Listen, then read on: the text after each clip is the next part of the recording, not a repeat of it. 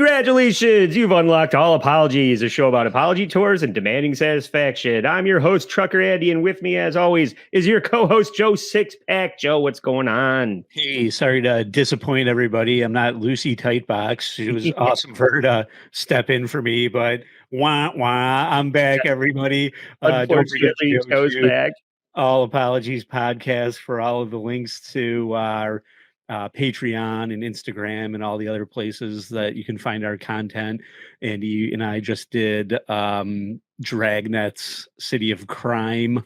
Yeah. Looking at that video, and there's a little free bit of us looking at cameos. She's Strange, which I thought I was having an acid flashback when I saw the video, and I was just like, Andy, you gotta fucking watch this. But yeah, today, Andy, we're talking about a different type of trip. Trip along fall from grace. Yeah. Somebody be tripping over Me Too allegations. Bitches be tripping. Yeah. And yes, today we're talking about Louis C.K. and all of his fallout from basically rising all the way to the top of the mountain career-wise and falling off of that mountain vertical limit style straight to, well, and then sort of maybe finding his way halfway back up. And yeah, we're gonna, Andy, I don't know if you like, one of the things I kind of didn't touch on at all, or I don't want, it may kind of slip through the cracks or people may forget. Louis was so huge like before this all happened. Like his FX show, like he was King Midas, like or spinning gold out of nothing, like a critical darling when this, like right before this happened. Right, because this all went down in 2018. Women had finally had enough of Harvey Weinstein's deformed cock, and they, people didn't. They kept saying he had a weird cock, right? It probably looked like just like his face or something, but this freak Jagon was this freak of nature just wouldn't stop dragging women onto his casting couch, and finally women had enough of it and they started calling it out, and they started comparing notes, and they're like, yeah, there is a fucking strange wart with a hair on his dick, right? And they're just like, yeah, I saw it too, it's kind of orange. And somebody's just like, more yellow. And they're just like, but it does have a hair. Yeah, we've all seen it. Yeah. And I think you could argue that it's kind of led us to what we were bitching about last time with the backlash of all this ruining Star Wars and comic books, and then overcorrection because of Harvey Weinstein. Basically, it's like, okay, well, let's let Kathleen Kennedy call the shots, and now we get the Alkalite and Madam Web. So thanks, Harvey Weinstein, you dumb fuck. But on top of Weinstein, one of the more well-known career implosions was Louis C.K. And like you were saying, he was a critical darling. He was cranking out 1-hour specials like nobody's business. And that sort of rewrote the standard for stand-up, really, because you had a lot of guys before the internet and then prolific comedians like Louis. You had guys like Michael Winslow from Police Academy and Dave Coulier doing the same act all over the country for a decade and getting away with it. And everybody was just like, oh, he did the helicopter thing with his mouth. What a delight in Branson. And now everything's on the internet, and, Dan Soder and Big J are just like, this guy sucks. He's just doing the same act for 20 years and it blows. And Louis was doing a new hour every year, and nobody was doing that. But now everybody's trying to do that, and he sort of set the bar with that. I think, like, yeah, I would say the new age veterans. It used to be, oh, it's Carlin and Pryor. you might say, oh, it was Chappelle and Louie. That might be like an apt comparison of, these guys who are just almost philosophers of our time. Right, Really 'cause he shining was a light on universal truths and commonality and things like that. but and he's also writing daring material for like his FX show.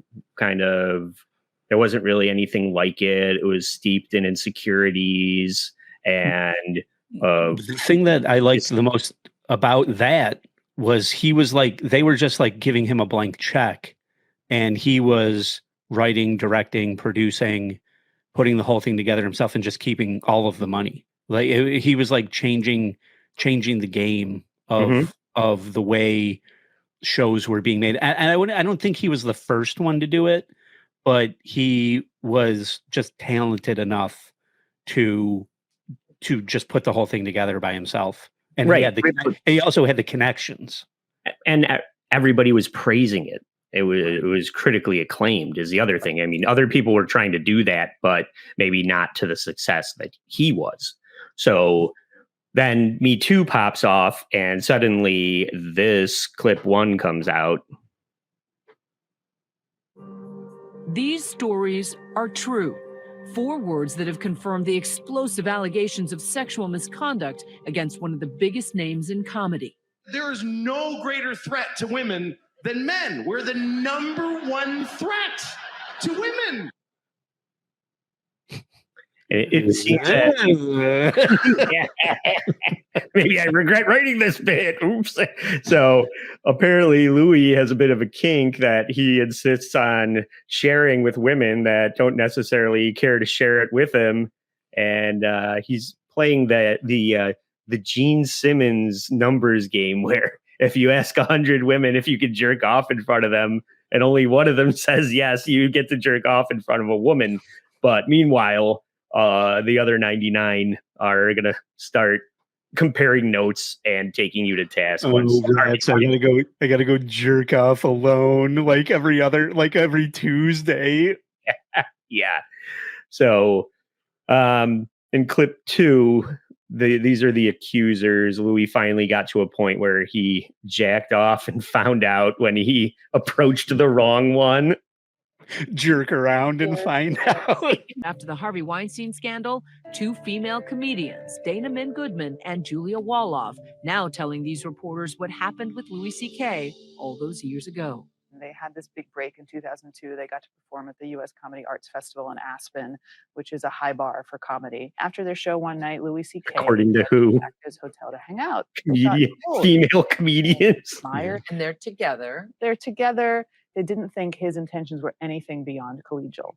And they went back to his hotel room, and before, they sat down, and before they even had a chance to take off their coats and hats, he said, "Can I take out my penis?" And they laughed it off. And then he proceeded to get totally naked, and he began masturbating.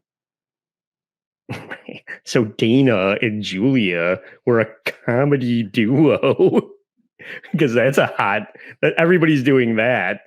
And they didn't humor Louie's hilarious joke of making white in front of them. It's really a shame that these two that were on this meteoric rise, where like they were like a household name that everybody knew about, and then they just ran into this monster, Louis C.K., and it all just fell apart for them. I never heard of these two. Didn't hear of them before. Haven't heard of them since. Even after this, there's still just these 2 broads that fucking took it to Louis C.K. Like I don't know these women at all. Yeah, after they cleared the deck of all the monstrous male comedians, they went on to have spectacular careers, right? Yeah. But what is your expectation? Like, what does Louis think is a best case scenario when you do this? The best case scenario is they're into it, right? But I think he's one of those shame guys where if they go, "Ew, your dick's gross and weird," then that turns him on too. Why would you risk this unless the reaction was the reward, right? Yeah, that's good. I mean, I can't begin to really speculate on somebody's kink and like what excites them about it, but yeah, I would assume because we've with Dan Harmon we talked about um like nerds with power, right? Or like, you know, that a male mentality. A man's always 15 in his head, or is so. It, at least that's how I look at it. Is you never even in like a old man graybeard body. I'm just like I still like fucking GI Joe and juice boxes and shit like that. It's just like I still feel like a kid. But yeah, He's not a kid that jerks off in front of women. now I'm jerking off to GI Joe with a juice box, but it's hard. But I would also say on the spectrum of kink, jerking off in front of a woman is like real low stakes. You're not even touching anybody. It's not like yeah, except for the fact that you have to have that woman's permission, or else you're. He asked. I don't believe that at all. I don't believe that story that was just told right there. Well, you kind of all. Yeah, the woman's lawyer telling the story. Yeah, but you kind of already know you've already skipped to the end, so we have to. Well, no, they're just like, oh, they walk in the room and he's just like all of a sudden, like he's Mr. Rogersing his like putting on his cardigan and his shoes and going, mind if I jerk off? Like, no, I don't believe that at all. Okay. Yeah, you can't believe all women. Some of them are liars. Yeah. You shouldn't believe all of anything is something that I've learned. If somebody tries to say that everything is all one way and none of the other, then they're selling you something that you shouldn't buy. I just thought Hollywood's transactional. I can't fucking believe it. Yeah. All right. Well, another accuser is Rebecca Corey, who was working on a show called Midnightly News, and Louie was a guest on, or was doing like a guest spot. And guess who's up to their old tricks in clip 3?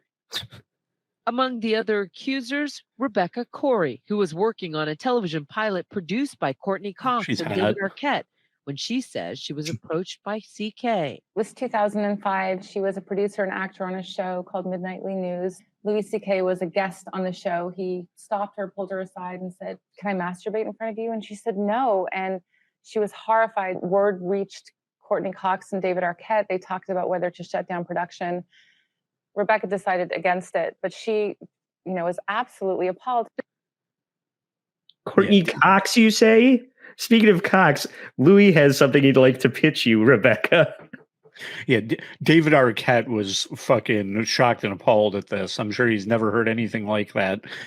I love this. It's just like the guy is just like asking anybody, anybody he finds remotely acceptable, that if he like.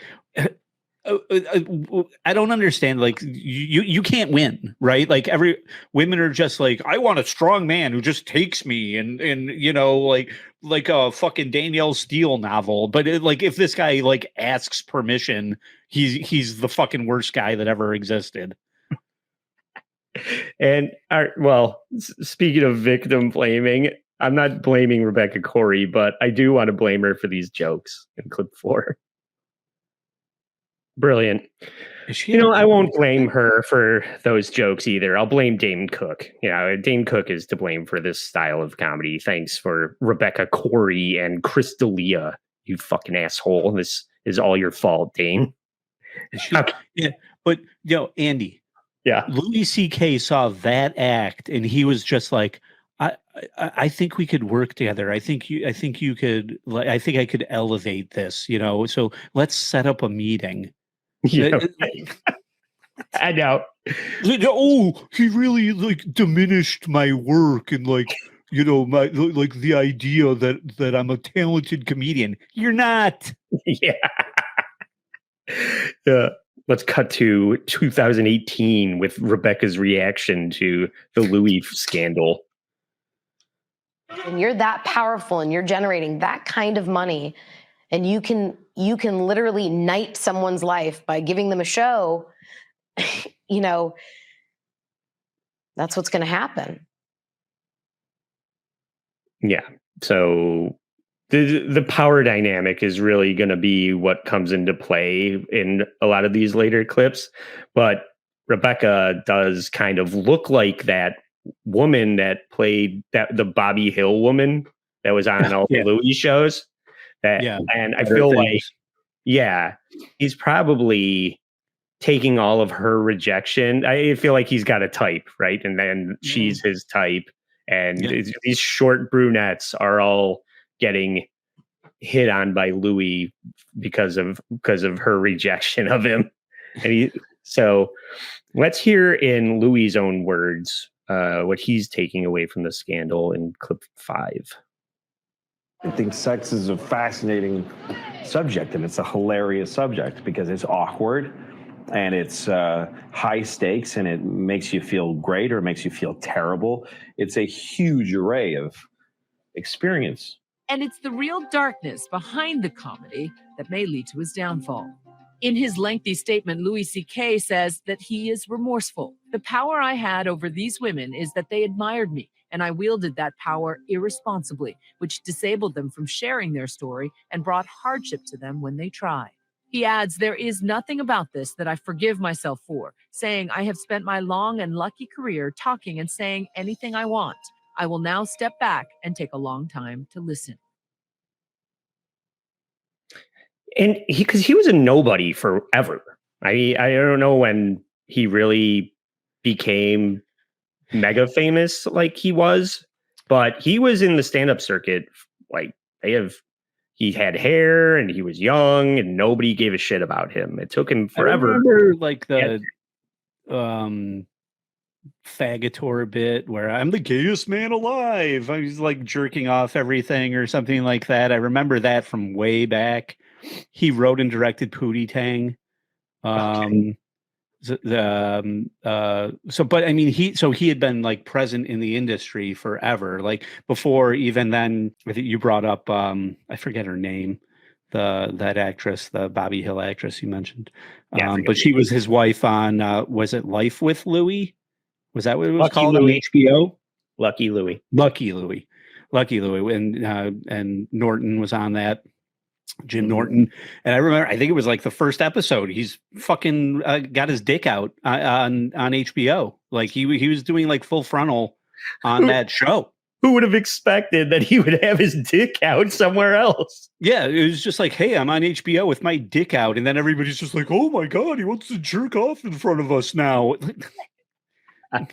Well, like I said, this is unsuccessful women have a problem with the power dynamic, because we're going to hear from Sarah Silverman, who famously stood by Louie, not defended him, but a lot of people would jump ship on his antics and any relationship they had with him. But even while this all came out, Sarah was still like, I've known Louie forever, and I've known that he was like this forever, and it's not a surprise to me. And it didn't bother me either, but I could see how it would bother somebody else. And this is a clip of her. We're going to get into the Howard Stern clip, but she was at Sirius XM talking to Stern, and then she rolled over into Andy Cohen's show, who continued to talk to her about it once she got done bringing it up on Howard. So in clip 6, this is Sarah Silverman talking about Louie.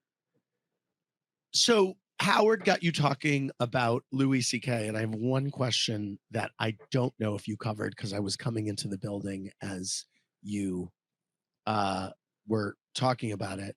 But the question is, what do you think of the outrage about him having, he's shown up at the Comedy Cellar a couple times and done some bits. What do you think about there's outrage about everything these days. I mean, you get it. I am not in the business of telling people how to feel. All Right. we're made up of is feelings. And, people are really triggered by fucked up shit. And, so, he's my brother and I love him. And I can understand, try to understand him, and I can, but I really, this is one thing I said on Howard. It's like, I think I'm too close to really see the big picture. So I Uh-huh. feel like I'm not the one to really shed any light on this. There's a reason why, like, if a cop's, family member gets murdered, that they're taken off the case. Right. It right. seems like they'd be the perfect person on the case. Right. Yeah, They're great not. analogy. We're too Right. close. So I feel like I should be taken off the case. Right. That makes I'd like to be taken off the case. that's really Yeah.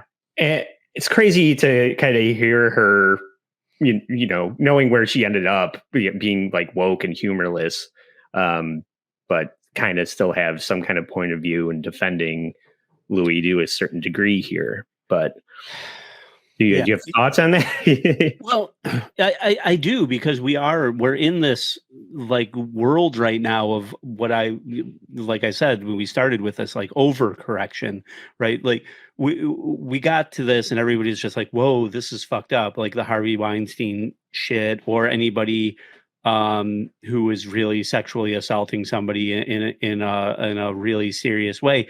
That is not this. But there a power dynamic and wielding power over somebody is not the same as a murder case, with a cop, and it's not the same as a rape victim, and it's not the same as violence and things like that. There has to be a cutoff point at some point where we don't just absolutely ruin somebody's life over a mistake or something like that. Okay, well, I mean, that's not a bad point, and you could argue that his life was not completely ruined by this. At a time in retrospect and millions of dollars, he came out the other side okay. But I would like to hear some more from Sarah, speaking to what Louie was up to as a peer of Louie's, and not someone caught up in this power dynamic that everybody else seems to have such a problem with. Clip 7. I've known Louie forever. I'm not making excuses for him. Please don't take this that way. But we are peers. We're equals. So when I was, when we were kids and he asked if he could masturbate in front of me, sometimes I'd go, fuck yeah, I want to see that. Really? Yeah, it's like science. So he did masturbate in front of you. Well, I mean, now I feel like, listen, any one of us comics, especially people who are close to him, we can't promote a show or go on and do any press without someone bringing up Louie. So at some point, it's like, you've got to, it's like, well, you spoke out about, well, I didn't speak out. I had an interview, and I answered honestly, because that's what I do. Yeah. But yeah. And so you and Louie were. But it's not analogous to the other women in this that are talking about the predicament, the what he did to them, because he could offer me nothing. We were only just friends. So sometimes, I wanted to see it. It was amazing. Sometimes I'd be like, fucking gross. No. And we'd get pizza. So I'm not saying what he does is okay. What he did was okay. I'm just saying at a certain point, when he became an influential, not even famous, but influential in the world of comedy, it changes, because and he realized it later, but certainly before that New York Times, and even in that New York Times article, forgive me, they talk about how he went on and tried to connect with some of these women to say, I fucked up and wronged you, and I want to make this right. So listen, I'm not saying everyone should embrace Louie again. So it seems like that was the reaction he was looking for from everybody. It was Sarah's reaction, which was, she used to be kind of cool and hot, and she was kind of letting him be himself or get away with it. And I guess the big takeaway is, if you want to whack it in front of Sarah Silverman, she's cool with it. She's probably pestered relentlessly now by guys with hard-ons running after her at all hours of the day. She can't even go to Starbucks without some guy trying to put extra foam on her cappuccino. But she was cool with creeps, apparently.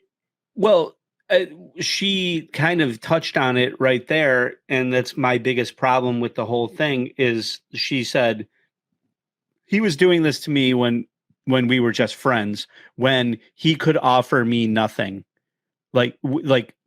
So these women are around it. Is it Louie's fault that They want something from him? these women want something from him, and he's not thinking of it that way? He's just thinking of it, I want to jerk off. And if you're a guy or ladies, the one lady who might be listening to this podcast, if you don't fucking know, when a guy is looking to jerk off, it's a one-track mind mentality, right? He's not thinking about, I wonder how they'll feel about it. If it's just like, I asked you, you can politely accept or decline. Like I'm not thinking about how this might affect your fucking career that is non-existent because your jokes suck. Yeah. I'm not thinking about how I can punch up your material for you. Women would enjoy it. Punching the clown, not punching up your material. Yeah. Well, at one time, I'd argue, maybe even to this day, that you could say that clarity for a reason. Well, you could say that Sarah Silverman is arguably more successful than Louie. I mean, Louie was never in a Pixar movie. Louie, she never got canceled. So, no, but she did. Blackface, she did blackface on her show. Oh, that's right. We talked about it. We did an episode about it. Yeah. I mean, well, she canceled herself. Yeah, you're right. But this just is more of her talking about how there's no power dynamic between them, and that's why she can see past that in clip 8. We talked openly. We were letting our freak flags fly. There was a time he used to live in this atrium building. I wrote about it in my book. And we, in the middle of the night, would take off all our clothes and throw them all the way down to the first floor and then ride the elevator down completely naked, terrified someone was going to come in. What was it, like a game of chicken? And then go put our clothes on and do the whole thing again. And it was exhilarating, and it was just young people. Yeah. Oh, so it's all her fault. Yeah. Well, I would say that Louie is a funnier comic. But if we're talking about who's more successful and who I'd rather bump into naked in an elevator, Sarah, hands down. Yeah. I mean, even her current comedy, like, which may skew woke or whatever, I'll never take anything away from the fact that Sarah Silverman is a funny comic. She always has been, and I think she still is. And when you have a platform, I think it influences maybe the message that you're trying to send or something like that. And she clearly has been doing some backpedaling or trying to get right with her past or something like that. But that's not to say that what these clips reveal is that these women were not special. They weren't special to Louie. They weren't special in comedy. They weren't special in any real way. And I would say that's their problem to fucking get right with. I don't know. A guy's trying to get laid. Holy fucking shit! Dude, who fucking knew? I don't know why you're like discounting the traumatic version of somebody pulling out their dick and jacking off in front of you. Like it's not something that you just fucking walk out of the bathroom naked. He didn't surprise them with this. Well, why I have such a problem. I wasn't there, but if somebody started jacking it on the bus, I would have a problem with it. That's not what happened. Yeah. He said, want to come up to my hotel room? They said yes. He said, mind if I jerk off? They said yes. Or they said fine. Well, maybe they said yes.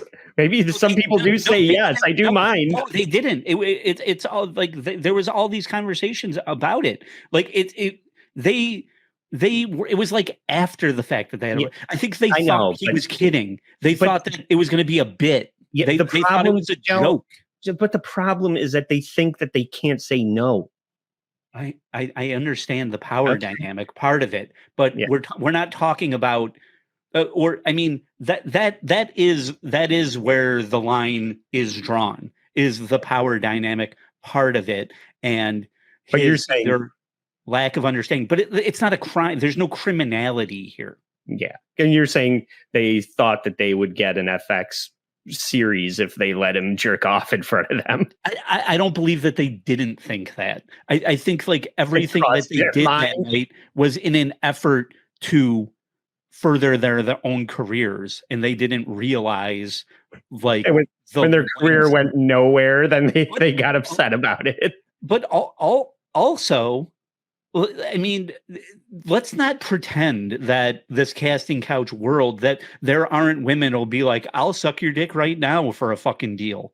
Like, and they would be perfectly fine with it.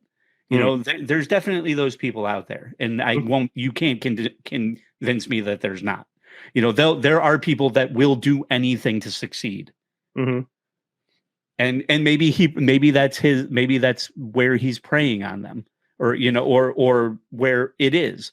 But it's like, if you're a person who will do anything to succeed, and then there's this group of people that won't do anything to succeed, and then it's up to Louie to fucking figure that all out. I don't know. I just don't. You have to protect yourself. If a man says, "Come up to my hotel room," the idea, if you didn't think for 1 second that it would turn sexual, then you grew up in Utah. Yeah. Yeah. Well, how about other women in comedy that weren't best friends with Louie? What about Bonnie McFarlane and Allison Rosen? What's their take as women in comedy that aren't accusing anyone of, but are still in the industry?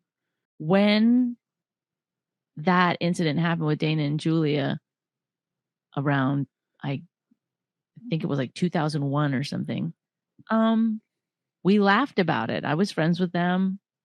And I wonder now,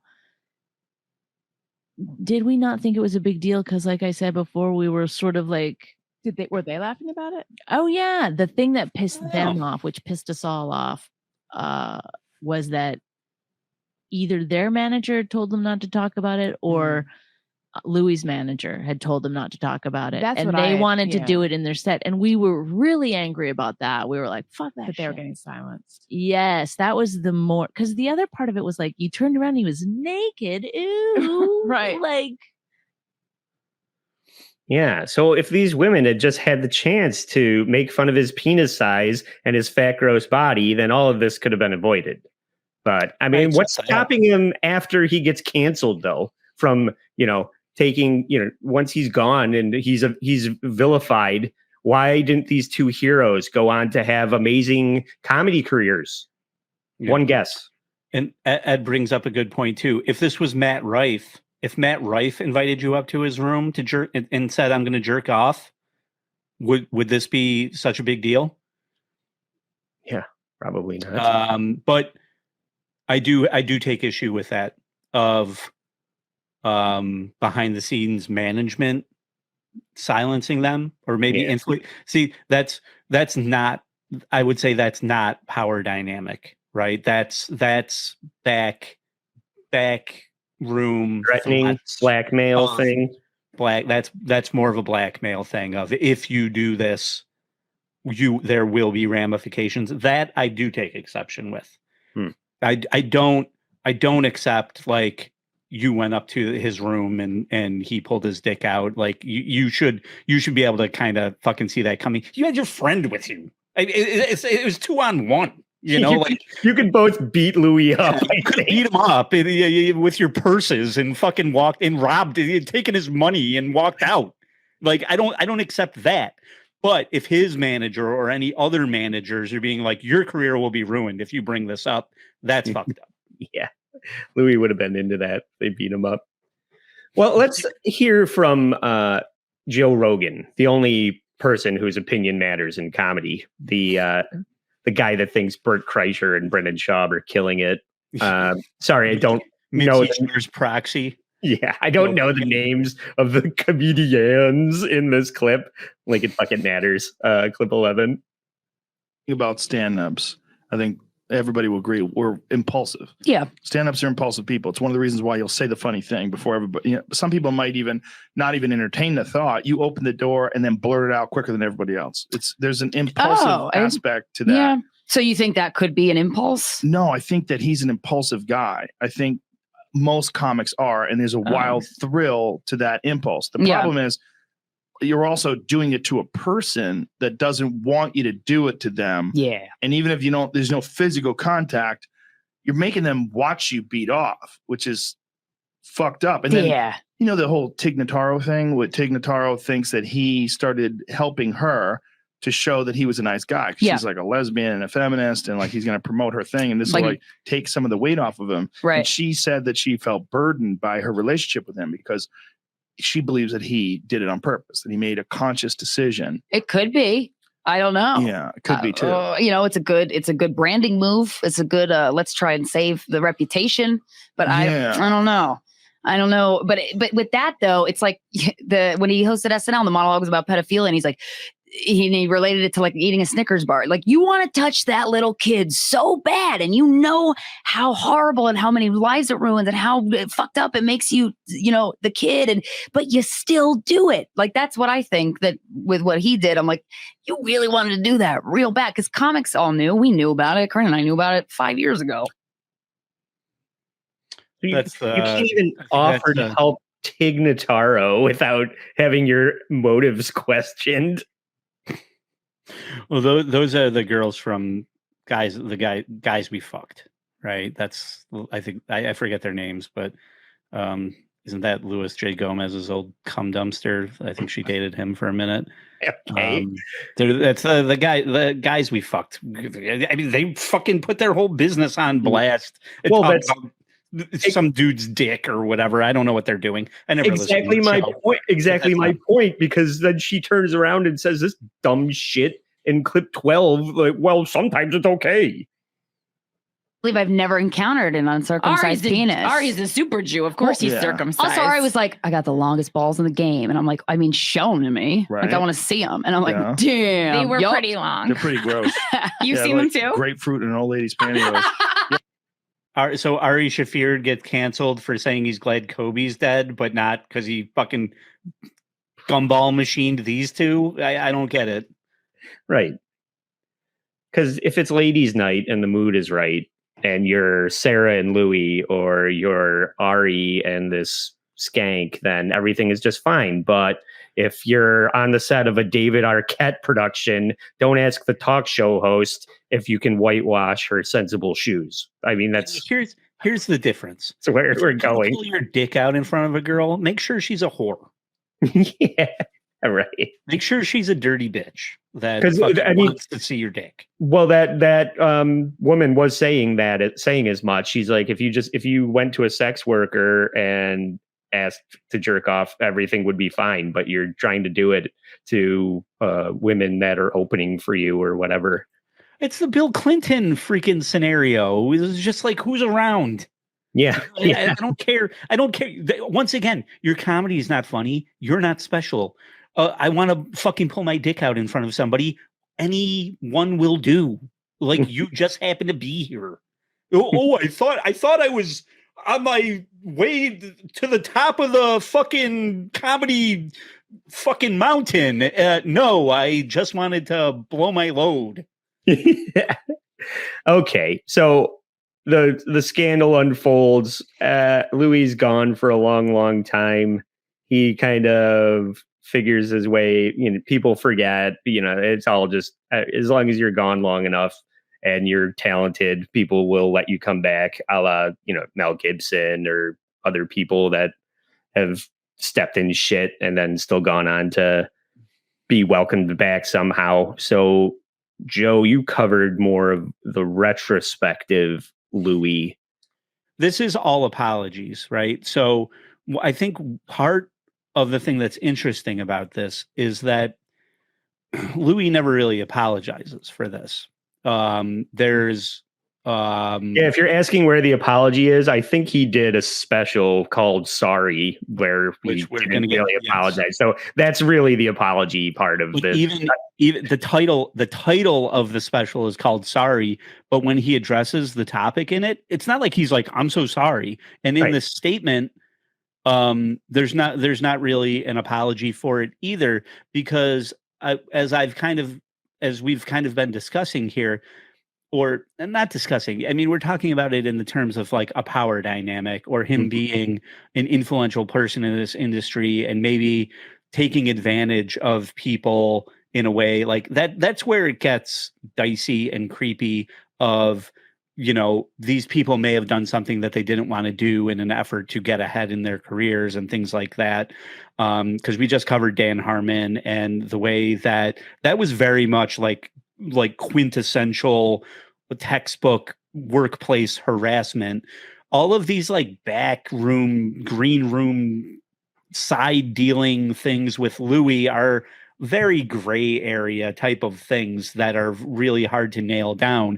And so to try, if some woman was just like, well, I like to, click my mouse in public and stuff like that, and if anybody fucking raised a red flag over that, to be like, don't kink shame. You can't kink shame anybody. That's their kink. And if that's their kink, then don't fucking kink shame. We went through that whole fucking phrase of the next gen sexual revolution as well. So when we fucking look at this, and I would say, like, to a degree, I don't want to say, I'll say good for Louie. I was going to say I'm proud of him for doing this. I don't have to be. He doesn't.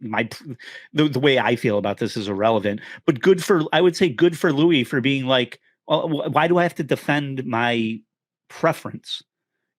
At one point I've had people be like, well, Joe, why do you like to smoke weed and drink bourbon and do all these things? And I'm just like, why? Well, why do I like to do that? Well, it's my preference. Like, why do I have to defend my preference? So anyway, so just to go through, because we heard some of it in there, I'll read this really, really quick. I want to address the stories told by the New York Times. There's also a movie coming out, or a documentary. Andy and I couldn't find. I don't think it's available yet, but it covers this whole topic, and it's from the New York Times, and they broke this story as well. So like the New York Times is really like banking on this whole Louie scenario here, but there's a documentary coming out called Sorry Not Sorry about this whole scenario. I want to address the stories told by the New York Times by 5 women named Abby, Rebecca, Dana, Julia, who felt able to name themselves, and one who did not. These stories are true. I don't know. Should I read through this whole thing? It's fucking boring. Let me kind of. I think the modicum of apology is within there, and I think it came up in one of my clips. But I deeply regret that this brought negative attention to my manager, Dave Becky. That's the one where I was just like, I do have a problem with that. Yeah. Who only tried to mediate a situation that I caused. I've brought anguish and hardship on the people at FX who have given me so much, The Orchard, who took a chance on my movie, and every other entity that has bet on me through the years. I've brought pain to my family, my friends, my children, and their mother. I have spent my long and lucky career talking and saying anything I want, and I will step back and take a long time to listen. So thank you for reading. So no apology in there, right? Regrets, remorse, recognition, acceptance, owning that, but no real apology for it. So we've seen the victims here. We know what happened. So now, and then Louie went away, which all of the apologies that we cover, like somebody like Anthony Weiner, who's like desperately trying to get like back in the mix and get his won't career go back, away. doesn't have the fucking self-awareness to be like, I should probably just step away from this for a because they say time heals all wounds. I won't say all wounds, but time does heal all wounds. You would be like, you know what? I miss fucking Louie. Whatever happened to that guy? And so Louie fucking stepped away for a long time, and he came back, and most recently, I forget the fucking name of the movie. Ed, maybe you can look this up. Unfrosted. Unfrosted. No, the movie he did with Joe List. Joe List's family, like it might be called 4th of July or something like that. It's like a family. He's going to like kind of a family vacation thing, and I think Louie directed it, maybe. But so that's why you'll see Joe List with Louie sitting side by side on the couch here, and they go on Andrew Schul's Flagrant podcast with what's his fucking name? His co-host. Singh. Akash Singh. Akash Singh is the other guy that we'll be talking about here. So in my clip one, my flagrant one, this is Louie. Where are my notes? Sorry, everybody. Give me 1 second. Okay, so Louie talks about fame, celebrity, and his fall from being a critical darling. Oh, it was actually a great discovery for me because I didn't know what it would be like. Because when you're there and we're taking private jets to do stadiums, which is kind of a grind. It's not really what got me into comedy was the big stuff. And I'm also never been comfortable with big fame. The big, like, oh my God, fame is just, it doesn't make me feel like I like feeling like a person. Yeah. So when somebody treats you bigger than that or less than that, both stink to me. Yeah. It just makes me uncomfortable. I don't identify with that. Yeah. So one of the things after watching all of this, like, or kind of just thinking about our show and everything that we see, we rarely get to see after the fact. Like these people get canceled and they go away. Like even Will Smith has not really reemerged from slapping Chris Rock. That whole no, he just did Bad Boys 4 just came out. Oh, that's right, he did. Well, I didn't see it, so he's. But this is from back in 2022. So right, but so 4 years after the canceling. Yeah. So he's really just kind of he's only there for his own audience, right? Like anybody who still wants to give him any type of attention, and there are plenty of people who still do, but we rarely get to see the aftermath of it, and that's what I found. That's why I kind of keyed in on these clips that we're watching here, is because we get to see somebody who was canceled or whatever, and they're kind of creep back into the industry. So I'm just completely just go ahead. I was just going to say, this is 2 years ago. So he's come even further along. But as an open letter to Andrew Schulz, please go back to having a normal fucking haircut, because what you're doing now, it looks like you've escaped from a mental institution, and I hate it. And also be funnier because, if I'm asking for things, because people ask me all the time. So what the fuck? I'll ask you. You're keying in on everything that I'm fucking gonna do here, but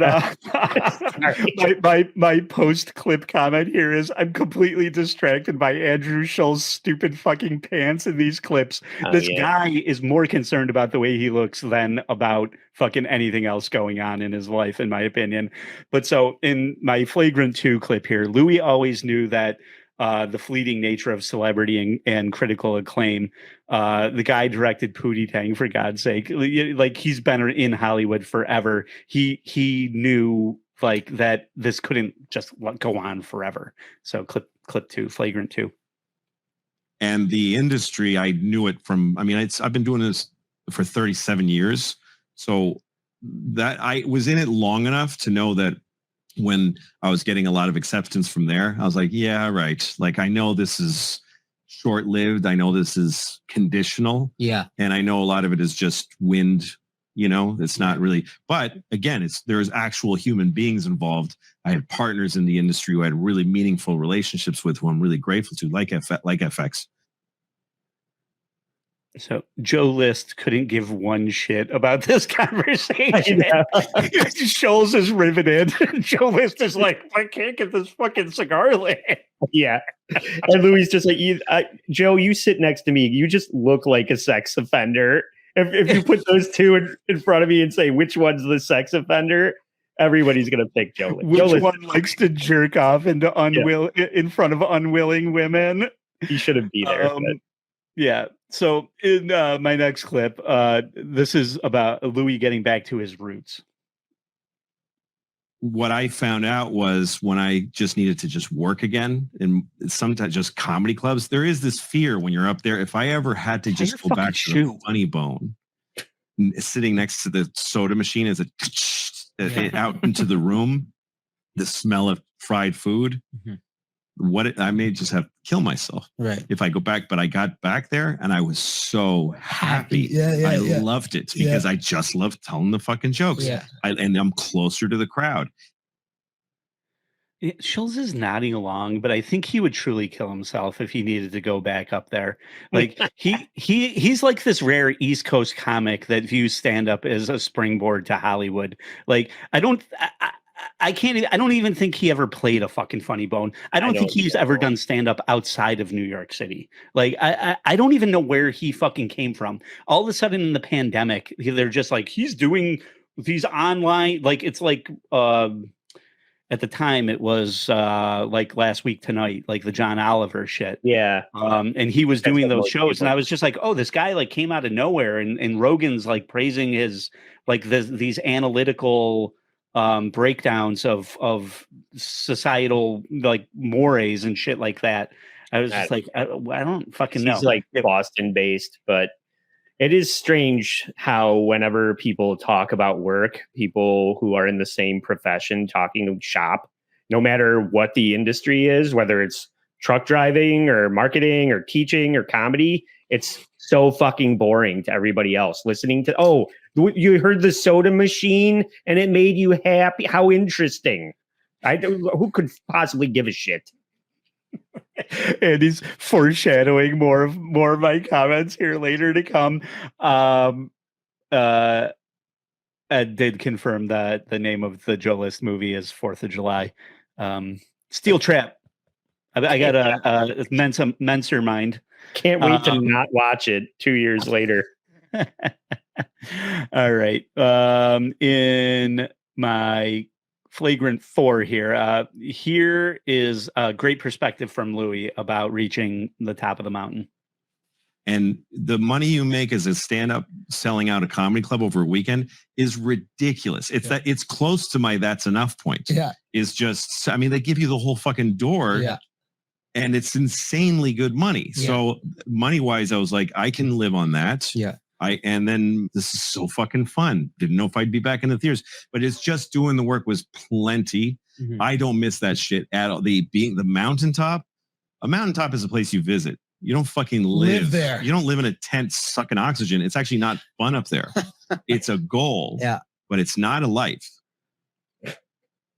Yeah. Joe List is like, what? We finish each other's sandwiches. No, I was going to say sentences, Andrew. Shut up, you dick. Yeah, Joe List is like, the fucking door is enough. Also, he's like, what are you talking about? The door? What? I don't think you're playing the same size rooms, Louie. Yeah, my comment was the exact same. I hate when people try and complete your sentences like they know exactly what you're talking about. Shut the fuck up. You know, I don't know. Anyway, in my next clip here, this one is called Overexposed, pun intended. I got a lot of attention that I didn't have coming to me. Yeah, I'm proud of the work I did, but it was like, are you kidding me? You know, when I saw comics looking at me going like, dude, enough. I agreed with them. I'm like, I'm sure you were. It's just like, it was enough already. Yeah. And it was like, oh, you don't want to be that guy. Right. Yeah, Akash.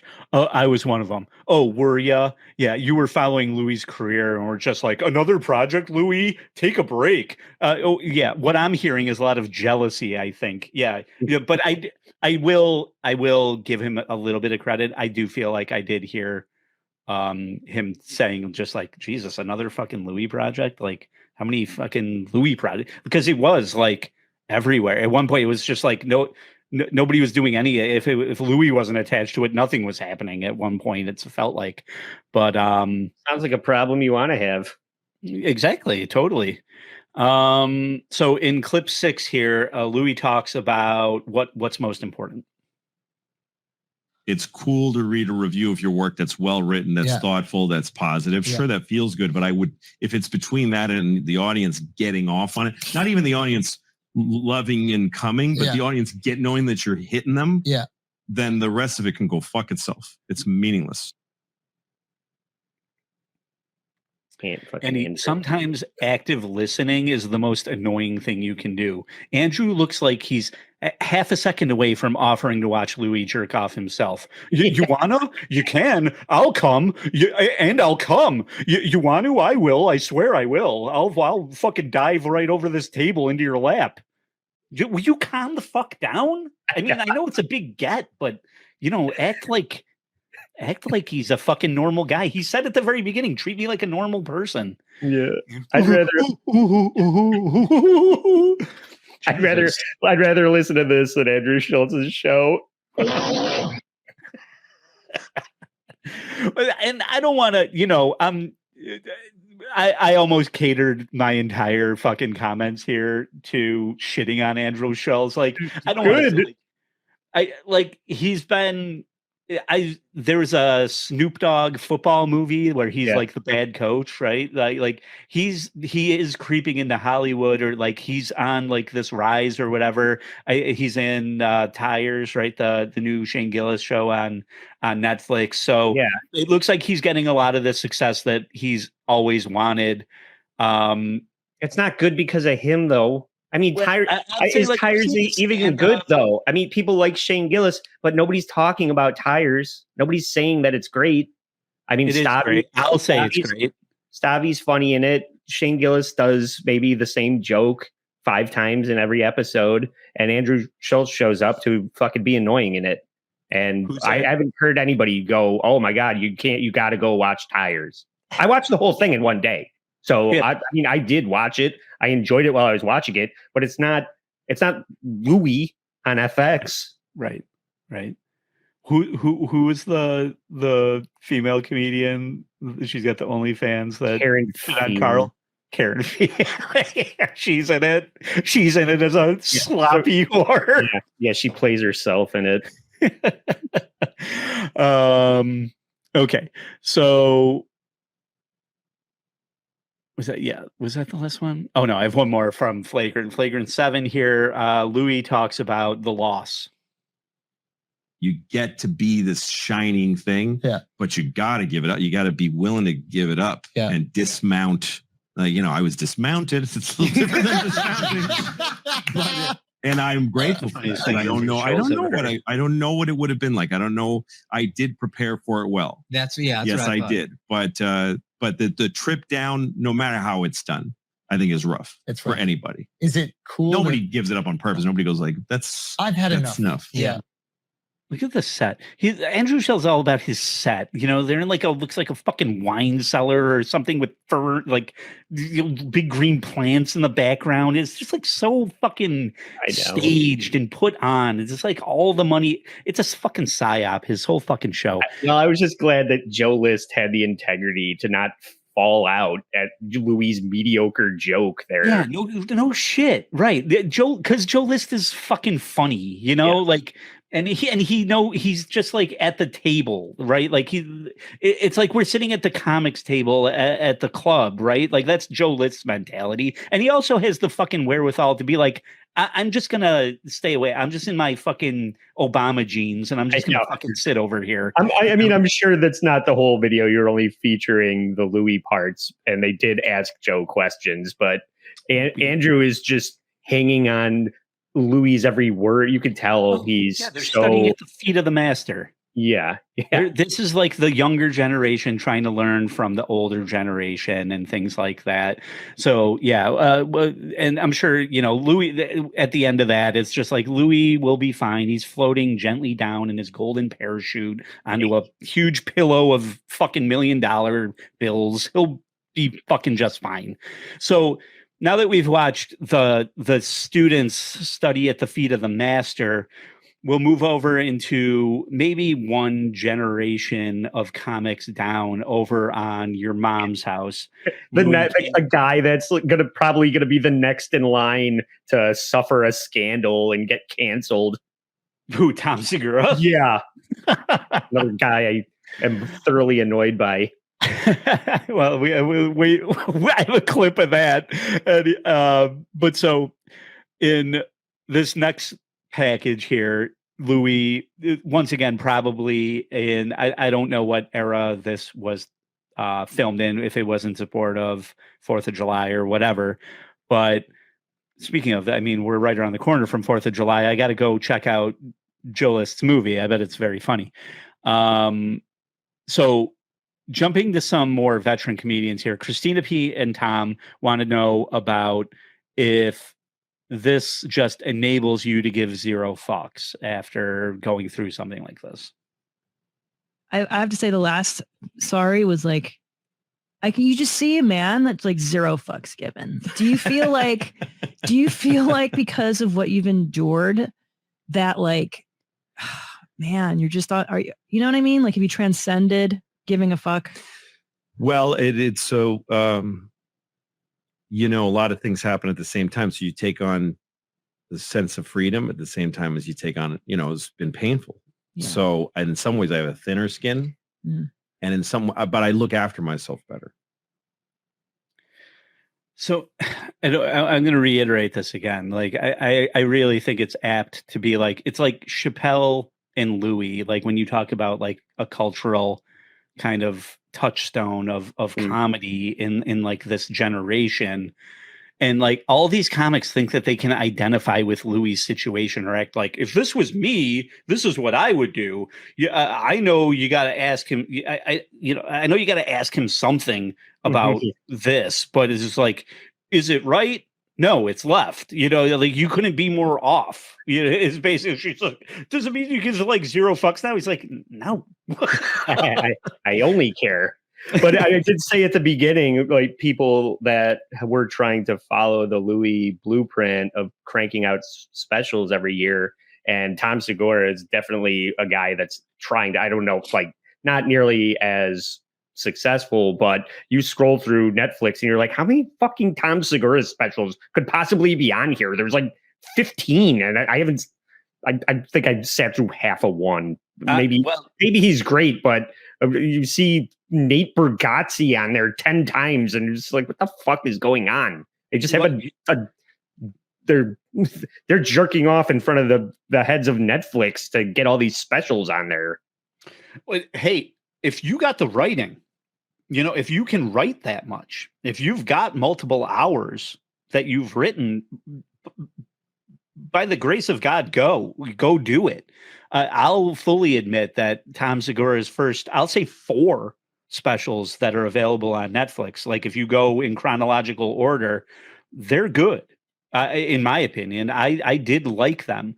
The last one I thought was like not good at all. Like there was definitely like some delineation point of like we've run out of things to talk about. We've lost touch with. That's why Louie's comment about treat me normal is so important, where it's just like, don't treat me like I'm here and don't treat me like I'm down here. I just want to be here because that's where the commonality and the relatability is. That's what, you know, Tom keeps telling everybody that he's up here. And right, exactly. He talks about the pores and like all of this shit. It's just like when you lose touch with the common man, you've lost the audience. And so that's one of the most important things that Louie has said out of all of these clips that we've played so far. So anyway, in clip 2, he talks about like recklessness. I think before all this stuff happened, I was quite reckless. Yeah. With my life and with my privacy and with my ego and with my everything. I was just like, hey, everybody, look at this, look at everything. Yeah. And I was just letting it all out and also taking on anything I was asked to do. And it was just, and I didn't have a sense of, like in in this last special, sorry, I used Bob Dylan. What do you call this song? Like a Rolling Stone. Yeah, that song that nobody ever heard of. Because of this one line where he says, "Your friends all said, 'Beware, doll, you're gonna fall.' You thought they were all kidding you." They're kidding you. Yeah, the SJWs would call that privilege, I would say. or you could call it being an attention whore. Or you could call it, say you were trying to capture interest and build a career, or everyone could shove their opinions up each other's asses. But he's aged a decade in 4 years. He looks terrible. And I didn't point that out when your package was playing and they were showing all of the like old pictures of Louie, like when he had like that really flaming red hair and he was like thinner. Yeah. I was just like, why aren't they showing him like the way he is now when like that's the guy that had his dick out? You know, it's just like that would be much more disturbing. Yeah. And Tom Segura doesn't look like he's having any fun at all. I think he's looking at the ghost of future, the ghost of Christmas future, and like what is going to happen to him. And he's terrified. Tom Segura, my take on Tom Segura right now is he is in I'm rich and I have to live as long as I possibly can mode, because I have like I can now enjoy what I have, and I need to be healthy to live longer for my wealth and my family. He looks like he's just trying to stay healthy to enjoy his wealth longer. That is my take on him. In my hilarious. It wasn't supposed to be. I think that's legitimately what it is. Like he's using his money like for longevity. I was just saying it doesn't add up to brilliant comedy. Oh no! He's just all about being fit. That's not funny. Go hang out with Joe Rogan, asshole. Dying from a drug overdose was funny. That bit was funny. Whatever you're doing now is not funny. Oh my God. Did you see the Tom Brady roast with him and Bert? The thing that they did on the Tom Brady roast? That's the most unfunny thing I ever fucking saw. It was embarrassing. It's mostly informing my opinion of him. It was completely embarrassing. Yeah. The second they're like, well, you and Bert can present together, right? I would be like, no. The sad part is Tom was the funny one. Yeah, well, he still is the funny one of that pair. Clip your mom's house 3, all fucks given. This is the way I look at my life before, was that I just didn't think there was danger in the world somehow.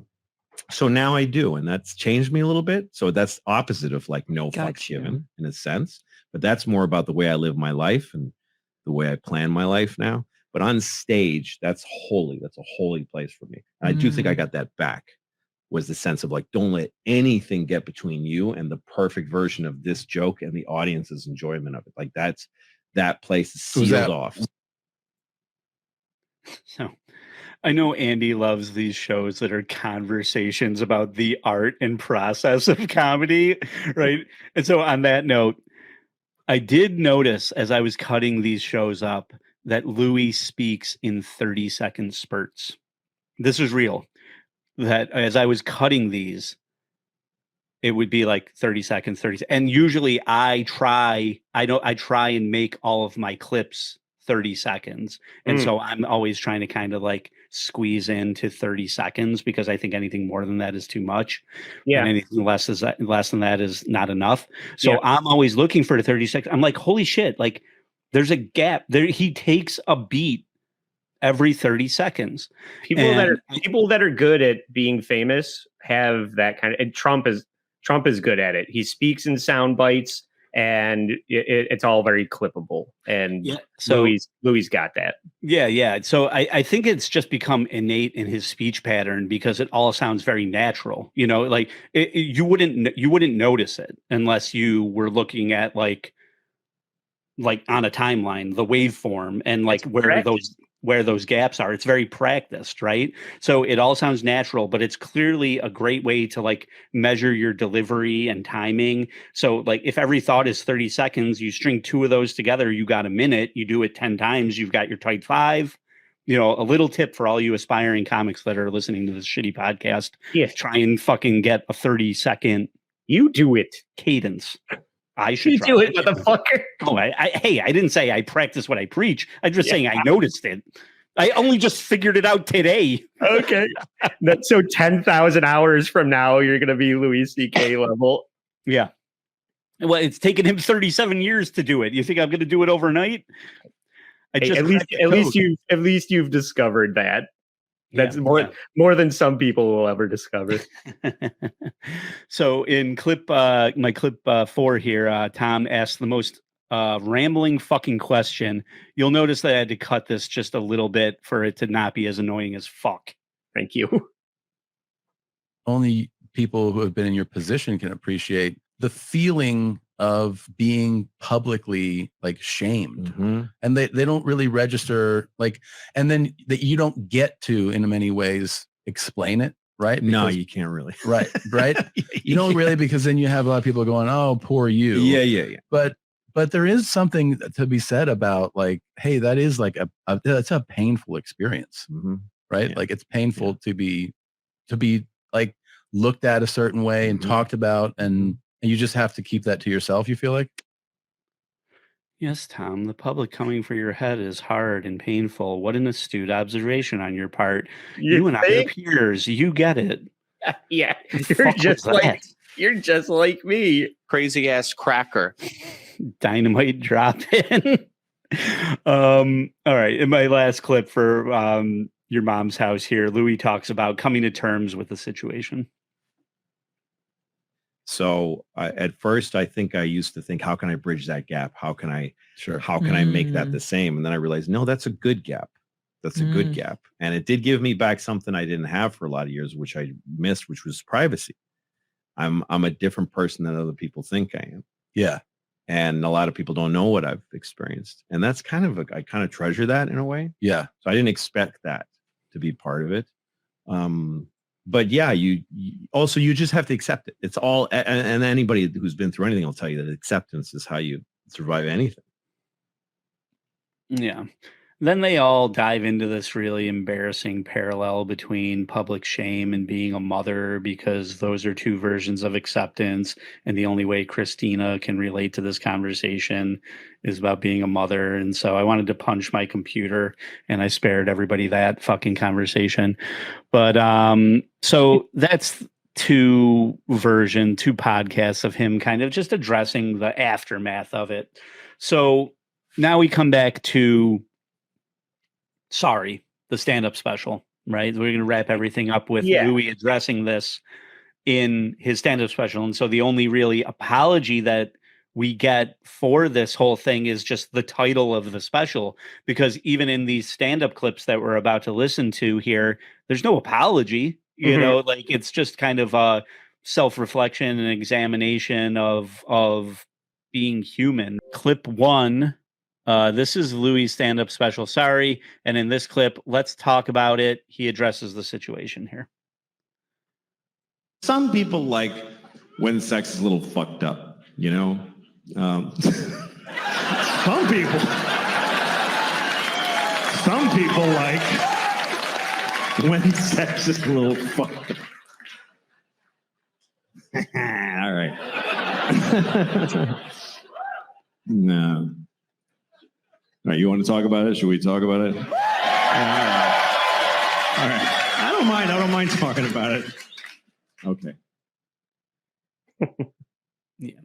So I think it's important to acknowledge here that we are witnessing a master at addressing an audience, a genius at analyzing human behavior and universal truths. We talk about the upper echelon of apologies that we've seen.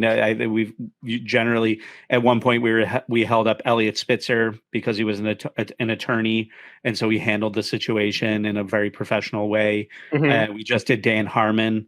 That arguably the better apology, I would say. Harmon? Yeah. Dan Harmon's apology is top tier. Probably leapt to the top of apologies. And I would throw this is not so much an apology, but the way to handle a situation. I would throw this towards the top of the people that we've covered. I said I wanted to close with it. Joe had this at the beginning, and I said I wanted to do it at the end, mainly because I don't want to follow Louie. But also because this is the way that you make lemonade out of lemons. Yeah. Well, and to your point, Andy was like, "Well, let's end with it," and I was just like, "That's fine," because the one thing I wasn't going to do is try and like write jokes about Louie's jokes. You know, I was like, "We're not," everything I'll be doing here is analysis, not fucking tagging a Louie joke. Yeah. But so in clip 2 here, Louie has some advice for everyone. Here's some advice that really only I can give you. Here's my advice. If you ever ask somebody, can I jerk off in front of you? Just let me finish. Let me finish what I'm saying. Fuck. Okay. If you ever ask somebody, may I jerk off in front of you? And they say yes. Just say, are you sure? That's the first part. So and I'm only coming back like after going through all of this, coming back. This is why I was so victim blamey or like not accepting a lot of that shit. Yeah. Because his side of this is I asked them and they said yes. You know, like that's why I was trying to qualify that at the beginning of the show. That's why I was saying, you know where we're going to end up. People listening to this right now think that you're defending a date rapist, you know, like back, you know, an hour ago. I don't care. Yeah. If you turned it off at that point, fuck you. I don't give a shit. But so yeah. That's good for the downloads. Yeah. So he never addresses like the power dynamic scenario, like the mere concept of that and because it's not funny, right? It wouldn't paint him in a good light, and it's not funny, right? So that he's obviously not going to put it in his act or whatever, but everything else here clearly, you know, paints him in a positive light because it's from his point of view, right? Also, so, but okay, in our next clip here, it's called "Just Don't." And then if they say yes, just don't fucking do it. Just don't do it. Because look, whatever you're into, okay? Because everybody's got their thing. Whatever your thing is, I don't know. You all have your thing. I don't know what your thing is. You're so fucking lucky that I don't know what your thing is. Do you understand how lucky you are that people don't know your fucking thing? Because everybody knows my thing. Everybody knows my fucking thing now. Obama knows my thing. Do you understand how that feels? To know that Obama was like, good Lord. Yeah, so I think I said this before. Like in the spectrum of sexual deviancy, this lands in the fucking shallow end of the pool, man. Like this is not fucking craziness or anything like that. It's pretty benign. It's not like he handed like 2 girls 1 cup or anything like that at the time of this. You know, by all accounts, he was rather gentlemanly about it, I would say. Yeah. So, in clip 4 here. I call this one check-in. So whatever your thing is, I don't know what it is. Maybe you can't come unless you have your father on speakerphone, whatever it is.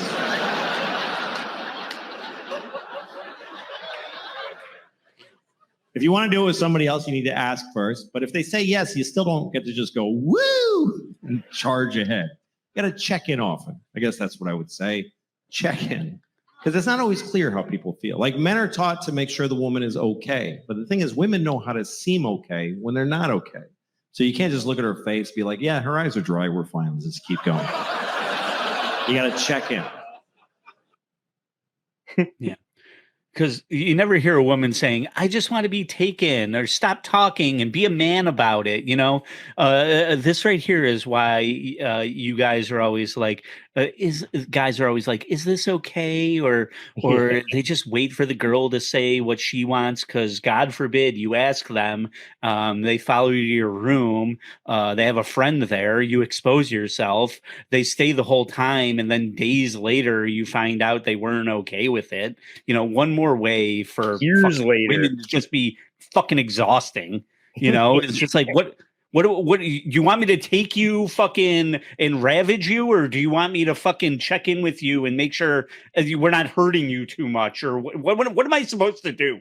What the fuck am I supposed to do? I want you to greenlight my script. Yeah. Well, I think it's safe. Last week we neglected to decide whether or not we accepted or rejected Charlie Sheen's apology, basically because we were having so much fun accepting it. His non-apology. But again, I feel like this is a case of this. I got one more, Andy. Yeah. What's that? I got one more. Oh, do you? Yeah, we're gonna wrap it all. We're gonna wrap it all up here with a banger. In this clip called "Great Time," Louie talks about how things aren't always what they seem. Because sex communication during sex can be very confusing. Like sometimes you're with a woman, you're having sex, she's making noises, she's going like ooh, and you're like, oh, she loves it. Not necessarily.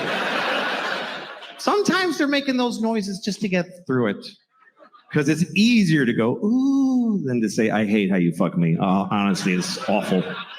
So she goes, ooh, baby. It's kind of like a Negro spiritual. It's sort of similar. So to assume that she likes it is like if they heard slaves singing in the fields and they're like, hey, they're having a great time out there.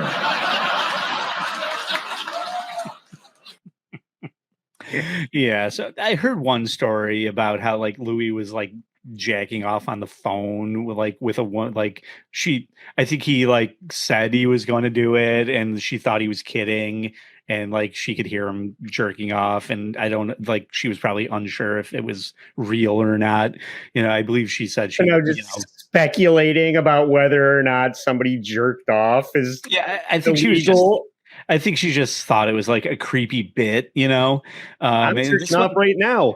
Yeah. This one, I have a real hard time accepting this victim mentality from these women. You know, I mean, listen, I get it. You know, there's problems there, but he tried to help Tig Notaro, but now that he's a canceled creep, I question his motives about helping Tig Notaro. It has nothing to do with jerking off. What are you talking about, Joe Rogan? I went up to a man's hotel room and it got sexual. What else happened? You went to the hotel pool with him and he fucking jumped in the water? What a fucking shock. You know? Knock on every door and see if the same thing isn't happening in every single fucking room. Yeah. It just, there's something's rotten in Denmark with like the other side of this story. You know, there's just there's more to it, or whatever. I don't know. I guess it's because I'm a guy. I guess it's because I fucking like Louie. You don't want all of your skeletons to come out. I believe all of it. And I also believe where I'm looking over here at the Dave Becky, his manager. I also believe that he was trying to sweep it under the fucking rug, and he was trying to like influence these women in a way that to me is the shadiest part about it. Yeah. And Louie accepts the blame for that and doesn't blame his manager for it. But that would be the part that I have the biggest problem with, is trying to silence these women who wanted to play. Like, listen, you want to jerk off in front of everybody? Great. We're going to talk about it. You know, and if you try and get them to not talk about it, then I have a fucking problem with it. So, but Louie gave everybody good advice, and he said, check in. And I want to check in with our paid Patreon members, Joe. We've got people like the segue. People like Simon, the Negative Creep, Hall & Oates, Leo, Fun Kilo, Tigrin, Aaron, Kyle, Basleen. I'm sorry, I mispronounced that. Nicola, Doug, Hunter Duke, Tyler Johnson, Bob, Principled Uncertainty, Sean, Orange Julius, Brian, Notorious Cretin, Waylon, Bad at Karate, Wahid, Kate, Ray Guitard, Kyle, SJ, Hank, Jackie Marlowe, Ann, Trevor, Brenda, and the one and only Dr. Steve. Everybody gets a shout out for being a paid member. But if you want to support the show for free, honestly, we have a few free membership people on here. They're taking advantage of the free content. We just recorded City of Crime from the Dragnet movie as a paid tier video, but we also recorded Lunatic Crazy cameo song. What was it called, Joe? She's Strange. And we're going to put that out for free tier members. So it's worth your while to just join the Patreon for free. And then hopefully you like it enough, you want to upgrade and check out all the other content that we're doing on there. I'd be remiss if I didn't mention the YouTube Far Cry episodes that I'm putting out. I just recently enhanced my setup so that it's actual like picture in a picture in a picture. It's me watching clips while you watch me play Far Cry. So it's a little more interactive in that way. I'm still working on it, but what is the Andy, so I'm familiar with the like Dick Eric July beef drama. Yeah. What is the Vito? Who's the Vito is the co-host of Biggest Problem and with Dick, and it's mainly comic book beef, it seems like, because the episode 5. So, who's Vito? No, who is he beefing Vito with? Vito has a comic called Super Killer, and Eric July has a comic called Isom, and I think it goes. I didn't get to the bottom of it, but in episode 5, I dug into Vito on Alex Stein. That was the thing. Oh yeah. So Alex, I mean, I think Alex is funny, and Alex is friends with Eric, and Vito is friends with Dick, and they don't get along. So it was a lot of me trying to get to the bottom of it because Alex is friends with Eric July. It's just very funny because Alex, they're both on the Blaze. Oh, okay. Because I was familiar with Eric July because he was very outspoken about like Marvel fucking up everything, or Disney fucking up Marvel. That's why people like Eric July. Right. So he was very like, I was familiar with him because I follow Nerdrotic, and then Chrissy Mayer is connected to. It's very weird, like the Dabbleverse thing. Like there's things crossing over because like Chrissy's on like the Nerdrotic thing, and Nerdrotic's connected to Eric July, but then also you have Carl connected to Dick and Vito and like all that stuff. It's very a tangled web. So I'm glad you're addressing all that shit, because that's the whole point of your stream there, is trying to like figure out what the fuck's going on with all of this stuff. Because I was just like, Alex Stein and Vito and like Eric July, and I'm like, what the fuck's happening? Because I'm familiar with these people, but I don't know where the arguments lie or whatever. Right. So I'm glad you're doing those. My biggest problem is that friends of WATP, Mid Salad and Riley, like Eric July got Riley arrested, and I didn't think that was very cool, so I kind of took him to task. And then I kind of realized I don't really know anything about Eric July, so I was trying to dig into it. But all I know is that Dick doesn't like him, and Dick and Vito were at Hackamania. Mint Salad and Riley were at Hackamania.